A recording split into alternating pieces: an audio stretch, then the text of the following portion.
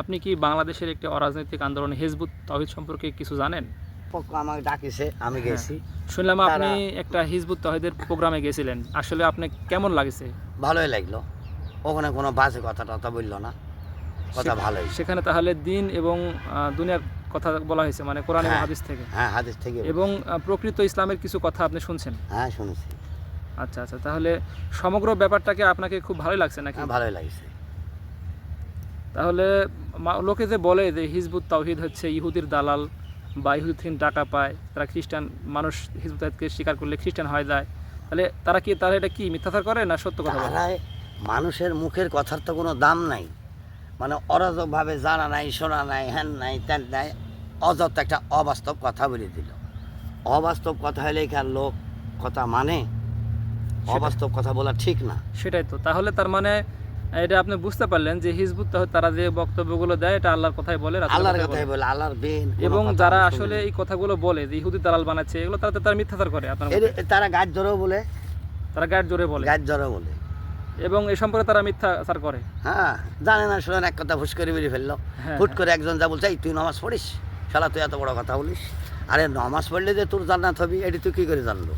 আচ্ছা আচ্ছা, তার মানে তাহলে হিজবুত তাওহীদ সম্পর্কে জানার জন্য অবশ্যই আপনি মনে করেন যে হিজবুত তাওহীদের কোনো কর্মীর কাছে যাওয়া দরকার, মানুষের মুখের কথা না শুনি। হ্যাঁ, তারা কী করছে আগে দেখ।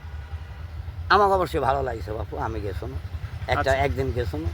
তারপরে ছেলেমেয়ের আমি বহু ভাষণ শুনেছি, বহুদিন। নিজেও শুনেছেন? হ্যাঁ, আমি নিজে এরম ইয়া দিয়ে, আমি চোখের সমস্যা তাই, তাছাড়া আমি বহুদিন শুনেছি অবশ্যই। তাহলে হোসেন মোহাম্মদ সেলিমের বক্তব্য আপনাকে খুব ভালো লাগে? আমাকে ভালো লাগছে।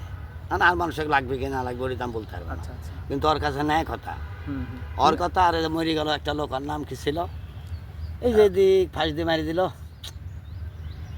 যাই হোক, উনিও খুব সঠিক কথাই বলতেন। উনিও ফাইন বুঝল, নামটাই বলি কেন, ওই যে ফাঁস দেওয়ার অর্ডার দিয়েছিল তো বিদেশ থেকে, ফাঁস দিতে নামটা কি, আচ্ছা যাই হোক, খুব বক্তা নাম ছিল। আচ্ছা আচ্ছা, তার মানে আপনি ওনাদেরকে পছন্দ করেন, ওনাদের হ্যাঁ, কথাগুলো আমার খুব ভালো লাগে। ন্যায্য কথা বলে লোকের কাছে ভালো লাগে, আর অন্যায্য কথা বলে লোকের কাছে আমি ঠাইক পাই না, আমার হ্যাঁ। বুঝ হলেই। অবশ্যই অবশ্যই, তাহলে আপনাকে অসংখ্য ধন্যবাদ। আপনাকে আবার সালাম আলাইকুম। ওয়ালাইকুম সালাম।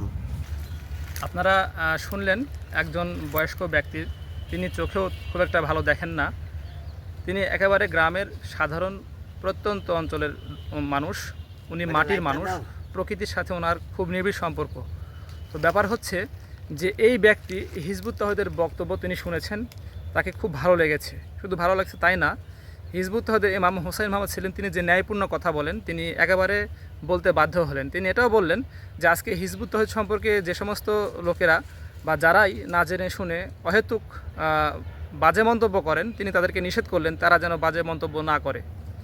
তো আপনারা নিজ মুখে শুনলেন, এই জন্য আমি আপনাদেরকে রিকোয়েস্ট করব, আপনারা দয়া করে অনর্থক হিজবুত তাওহীদ সম্পর্কে আজে বাজে কথা না শুনে না বলে আপনারা হিজবুত তাওহীদের বক্তব্য হিজবুত তাওহীদের কাছ থেকে শুনবেন এবং সত্যটা জানবেন, সত্য দিয়ে নিজেকে সত্যায়িত করবেন, মূল্যায়িত করবেন এবং আল্লাহ রাসূলের পথে আপনারা আসবেন। আসুন আমরা ঐক্যবদ্ধ হয়ে এই দুনিয়াটাকে সুন্দর করে গড়ি। সালামু আলাইকুম।